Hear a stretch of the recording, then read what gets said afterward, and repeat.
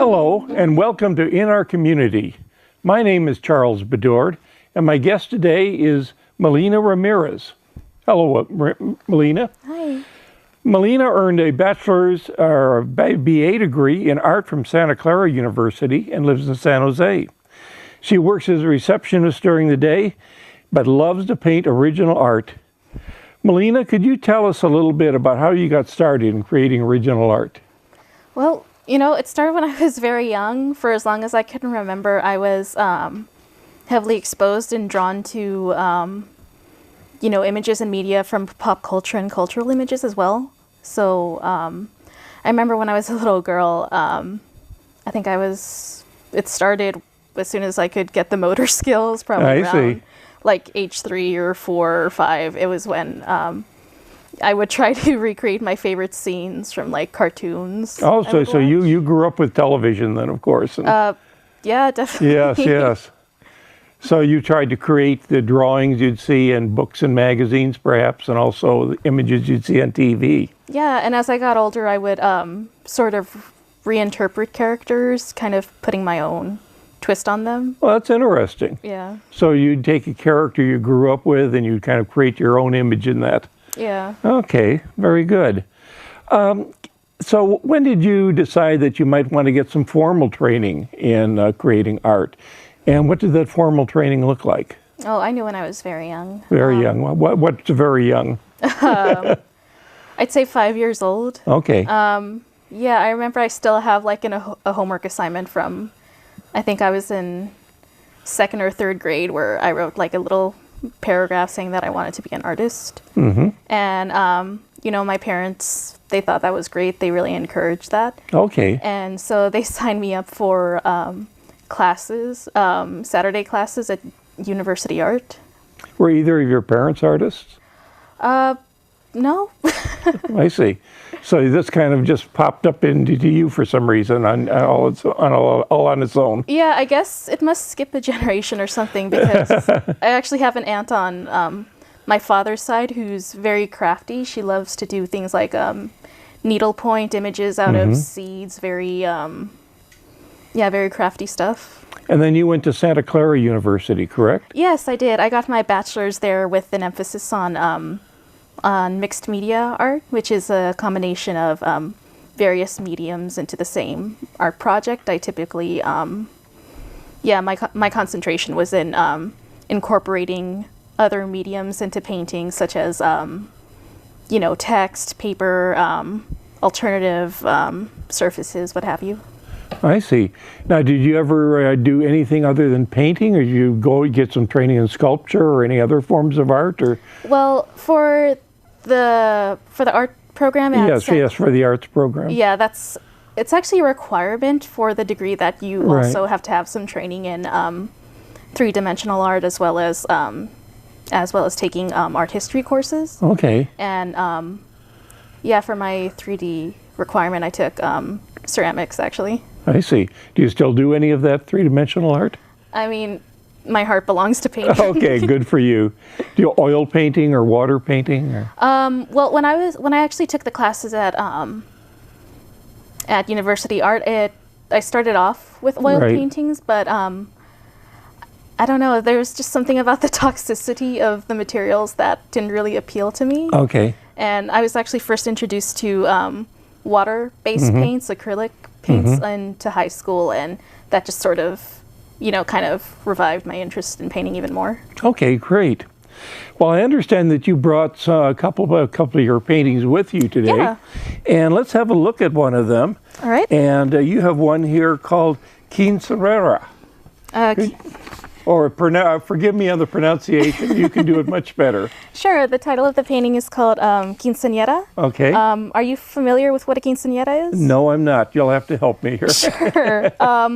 Well, it's a tradition that's done in Mexico, El Salvador, and I believe some parts of Brazil. I could be wrong. So when you say tradition, you mean an art style, a style of art? Or? Oh, no. No, okay. A quinceañera, it's sort of a coming out ball for a young woman. And this old tradition, it actually started off as, the original intent of the tradition was to sort of present a young woman at the age of 15 to society as being ready to get married. Right. Because by that age, she'd have, ideally already learned to do domestic duties such as cooking and cleaning and learning to raise a child. And I think that's changed so much now. Now it's more of like what you would call a sweet 16 in the United States, where it's just more about celebrating the young girl and sort of having an excuse to throw a big party. Right. And I remember I got to that age, and when a Mexican girl gets to be that age, that's when the whole family starts talking about, oh, what are you going to wear? What's the theme going to be? Now, is that still practiced in the United States widely? Yeah, in many Latino American cultures, it's still practiced widely. Okay, that's great. Yeah, but that was actually sort of an awkward time for me. So this painting is kind of meant to, it's sort of a reflection of that very angsty time. And I remember I really wanted to wear a black dress, and my family was just not having it because, back in the old days when the tradition was still very new, a girl would wear a white dress because that was supposed to, represent her purity, saying that she was a virgin. And, at that time I figured, that wasn't anyone's business. So, yes. Now, I notice that, of course, you talk about the different colors of black and white, and here the overwhelming color is pink. Yes. Not only in the background, but also in the hair and in the little crown on the head. Can you discuss what is the significance of pink? Well, I use pink very defiantly and proudly in my work. Defiantly, that's interesting. I say defiantly because, I remember I was watching a TV program about a correctional facility in Texas, and I heard that it was explaining how, one of the tactics used to sort of shame the male inmates into behaving better was to make them wear pink jumpsuits. Oh, really? Okay. Yeah, and that didn't sit well with me because that just kind of demonstrated like an institutionalized hatred of the feminine. I see. Yeah, because, this is a color that's, forced on us from birth. And it was at that moment when I kind of realized, why should femininity be synonymous with weakness? Why should that be something that's used shamefully? I see. Well, actually, that's kind of interesting because in today's society, we're getting to use pink even in male-dominated areas.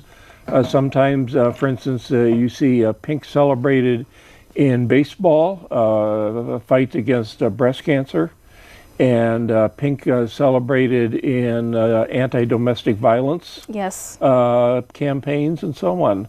So pink is being incorporated into the more male-dominated areas of society today, too. Yeah, that's great. And I think it's also great that, it's being used to promote these causes that affect a lot of women.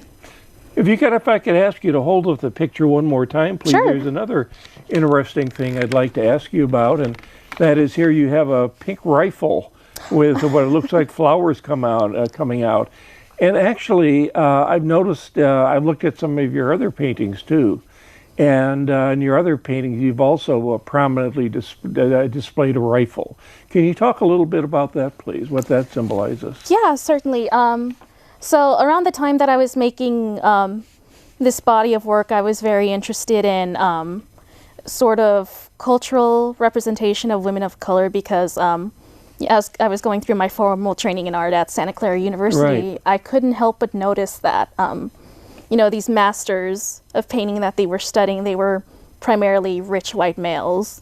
And the female subjects in these very famous paintings were primarily very pale and very passive. So I became very interested in, really strong images of women of color. And this was when I was learning about indigenous guerrilla movements like the FMLN in El Salvador or the Zapatistas in Chiapas, Mexico. And as I was researching these groups, I would notice that, there were these really beautiful images of women with arms, you know, defending Right. their homes, defending their cause. And it was just sort of really refreshing to see that imagery because, that kind of imagery, because, you know, growing up, whenever I would see images of women with arms, it was usually like very overtly sexual or, you know, very much meant for a male gaze. So this is your personal statement. It's something that you wanted to state by yourself, and that's how the rifle got there then. Yes. Okay, that's an interesting background. I thank you for sharing that with us. Yeah, no problem. Now let's look at a second painting that you brought, and I particularly like the title of this one. It says, this is called Save a Seat in Your Memory for Me. Yes. And again, there's just something that strikes me about that title. I really like that. Can you discuss this, please, with our audience? Sure. Well, this was actually done more recently, and I was actually revisiting the painting before that I had just showed you because I consider it one of my favorites. I find myself missing it because you know, the quinceañera one, it actually belongs to one of my private collectors. So you know, I found myself kind of doing this in sort of a nostalgic mood. So Okay. I was kind of revisiting that and how that previous one, you know, it was kind of depicting a moment in my life where I was very angsty and sort of not in control, but you know, I wanted so much to be strong. And this is kind of capturing, it's still drawing from the person I was, but I think it's more of a sort of interpretation of an awakening of, you know, adulthood, of womanhood. So when you say save a seat in your memory, that means your own past, what you used to be in the past. Yes. And you want to keep track of that as you're going through life in the present. Yeah, going forward. And perhaps another way of saying it, always remember where you came from. Yeah. Yeah, and how you got there. Very good, beautiful painting. And again, I noticed the color pink is very prominently displayed. Yeah, I'm still proud of it. Okay. Can you tell us a little bit, do you have any influences that have really shaped your art? Are there any people or events that really that have influenced what you paint and how you interpret art? Well, I guess in the past, what really influenced what I painted was what I didn't see. When I was studying these, you know, what were considered great works of art by, you know, the academic standard, by the Eurocentric standard. And I just really wanted to paint, you know, what I thought would be very powerful. I wanted to sort of, you know, recreate these paintings in a way so that these very strong women were sort of reclaiming their space. And a very famous artist that actually does something like that is Kehinde Willie. Okay. He's an African-American artist, and what he actually does is he makes these very, very grand Baroque-esque paintings, but the subjects are African-American figures, and some of them are actually hip-hop artists. He's done portraits of Salt and Pepper, of Kanye West, of Biggie Smalls, and a lot of his subjects are also just people that he hired off the streets of Brooklyn that he chose to model for him.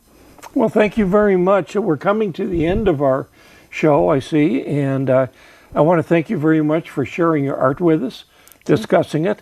And finally, one final question. How can people contact you if they're interested in purchasing art or just getting in contact with you in general?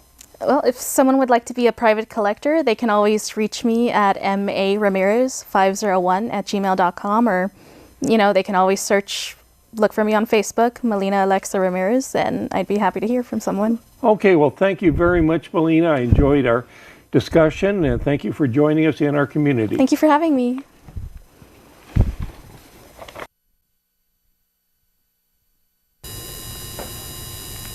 Hi there, I'm Vilma Gardner, and in our community, in the studio, we've got this beautiful lady, Tatiana. Hi, Tatiana. So glad that you could be here with us. Me too. Okay. Me too. The wonderful thing is that you do belly dancing, right?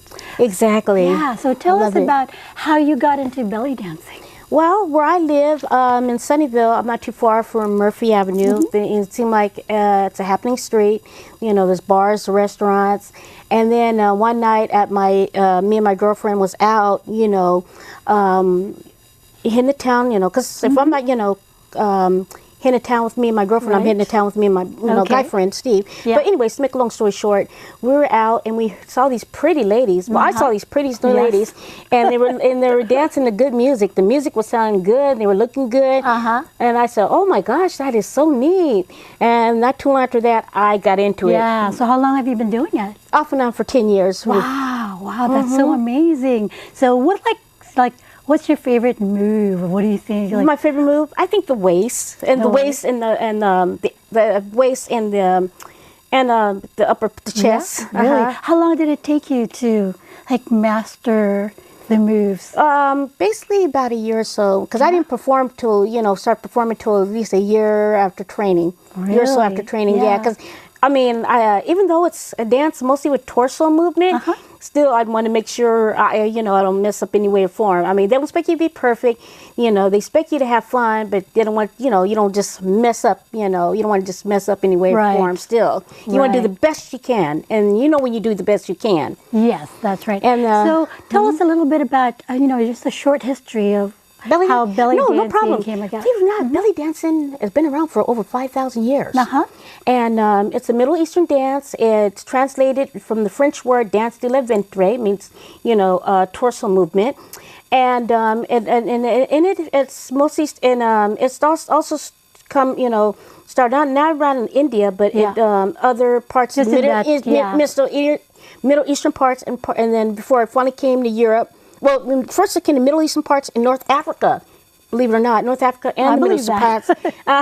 And for finally came to the United States. Did you know that in Chicago's World Fair, when they had first Chicago's World Fairs, back when they're having the World Fairs, they were one of the main attractions. The dancers from Egypt, they were one of the main attractions, and so that helped. And then Hollywood got together and did movies of them in the 30s. When the film industry started coming out, and ever since then we've been there ever since. Belly dancing, okay. So we're going to be showing a bit of clip of your moves, your really fantastic moves. So here it goes. Yes it is.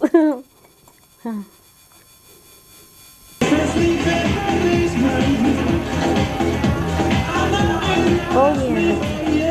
Yeah, that was at one of the dance festivals that we had here. The lady used to do the dance festival. She just retired this year. I was so sad. I expect to retire so soon, but last year was her last year doing the Desert Dance Festival, I believe. Yeah. This year or last year, but I think it was more like the last year from what I heard from the other girls. It's wonderful. That was beautiful. Thank you. It's got health benefits too, right? Yes, it does. It has health benefits, just like any other activity, because you're constantly moving, and just about like any other dance, even though it might be, even though it may be, how you call it, more workable. Oh, what's the name for it? It's not aerobic. It's not aerobic, but it's more soft movements. Correct? Yeah. Even though it's not hard like aerobics or anything like that, you still get the benefits of working out.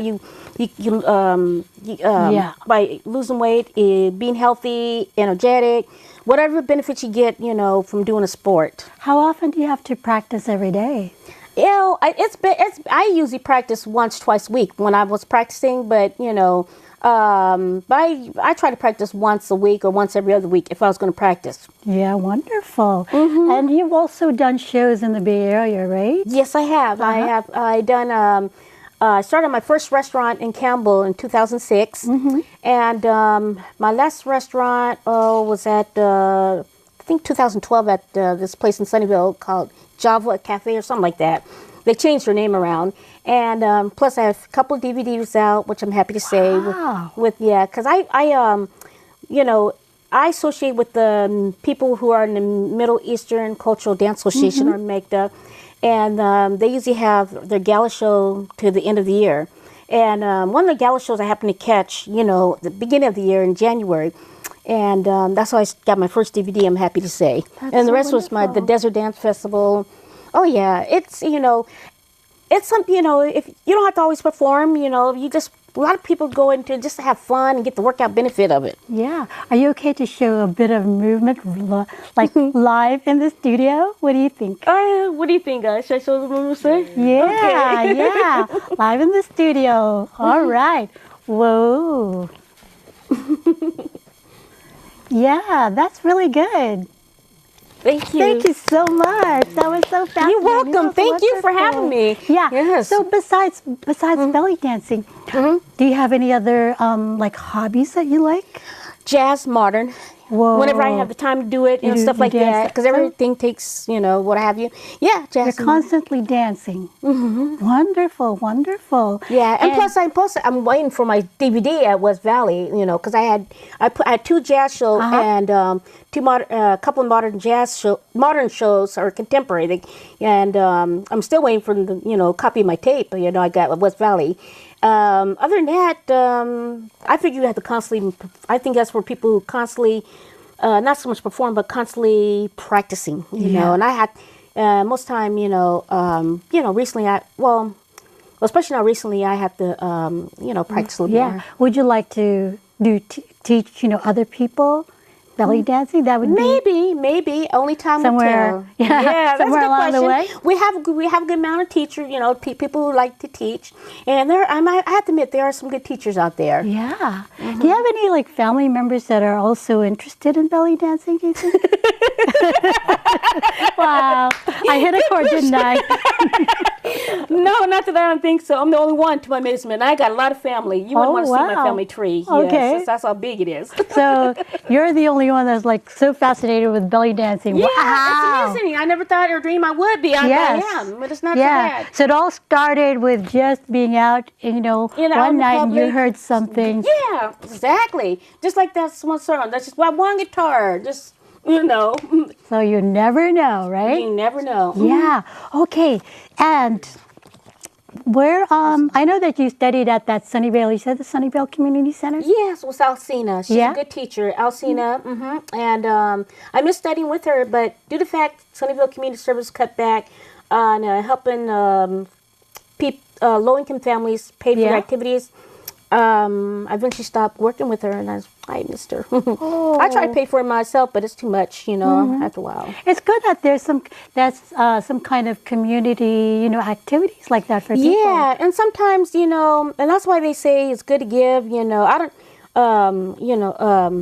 if you have to check out the center, it's good to give. Yeah, yeah. Like Sunnyvale Community Services, they're one of the best out there. I have to give credit where credit's due. They help me in different ways, other different ways. Like, teach, help me pay for my lessons and stuff.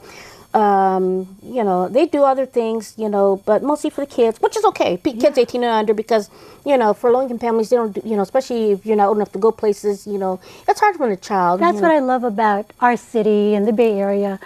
Pretty much there's so many things that, the community does for people. That's right. Yeah. We got a lot of festivals here. I mean, gosh, I remember back in New Mexico, I just remember this one this one festival we have downtown, Albuquerque, and, they have Indian Day or regular dance day or something like that. That'd be pretty good. Also with belly dancing, right, it involves beautiful costumes. Yes, it does. So tell us how you get your costumes, or do you make your costumes? I don't have the time and patience to make my costume. Like Dawn Divine, she's good at making costumes. But if I was going to costumes, I'll go to Ardera Dancing Company or Artemis Imports. If I was going to go. So do you design them yourself? I mean, like... No, but I would buy, I don't know if I have the patience or the fortitude to design them. But they're pretty nice, but I like to go buy them, at a good price, especially if they're on sale. So, so how many costumes do you have by now? Because 3 or 4. We're female, we like a lot of stuff. Yeah, we do. About 2 or 3 or 4. Yeah. Including a pair of harem pants. Yeah. So, another question for you. If you, say for example, weren't doing belly dancing or doing modern jazz, what else would you like to do? That's a good question. Yeah. So far, I like to do more of my modern jazz as well as my belly. Right. That's one thing I think of right now. Yeah. Do you sing? No, but I have been, I have been in air band contests when I was in high school, and I like that. And And I, you know, one time my church was sang for the choir years ago, but I wasn't into much into that, you know. That's a good question, you know, sing. And then the office bar, when it was in Mountain View, you know, I used to love to do karaoke over there. But other than that, that's about it, you know. Wow, that is so awesome. So shows, that's wonderful. Oh, yeah. Okay, so we're going to be wrapping it up, and thank you so much. Oh, you're welcome. You've been Thank so you. Wonderful. Pleasure to have you here. And thanks for letting, like, you know, people be able to give me a chance to really see who I am. Thank you. And thank you to everybody, those beautiful audience and our crew. Thank you so much for being in our community. Have a great, wonderful time. Thank you. Bye.